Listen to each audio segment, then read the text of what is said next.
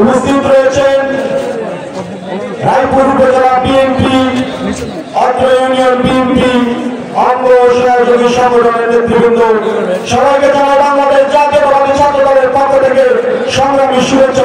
আসসালামু আলাইকুম।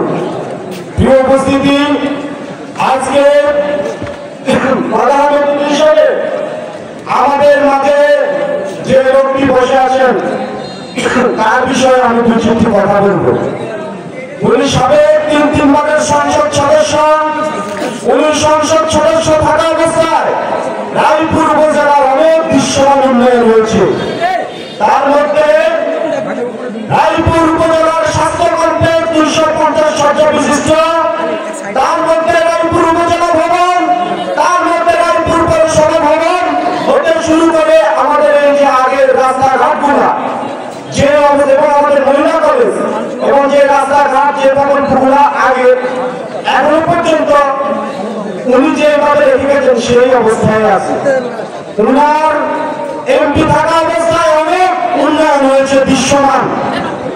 তারপরে যখন ফ্যাসিস্ট হাসিনার আবির্ভাব হয় তখনও উনি এই আসলে বিপদে আপদে এই আসলের মানুষের সুখ দুঃখে ছিলেন এবং করোনাকালীন সময়ে আমরা দেখতে পাচ্ছি উনি বিভিন্ন সময় বিভিন্ন মানুষের দ্বারে দ্বারে গিয়েছেন এবং সাহায্য ত্রাণ পৌঁছে দিয়েছেন এবং আমাদের এই বন্যাকালীন সময় উনি আমাদের মানুষের কাছে কাছে এসে ত্রাণ দিয়েছেন।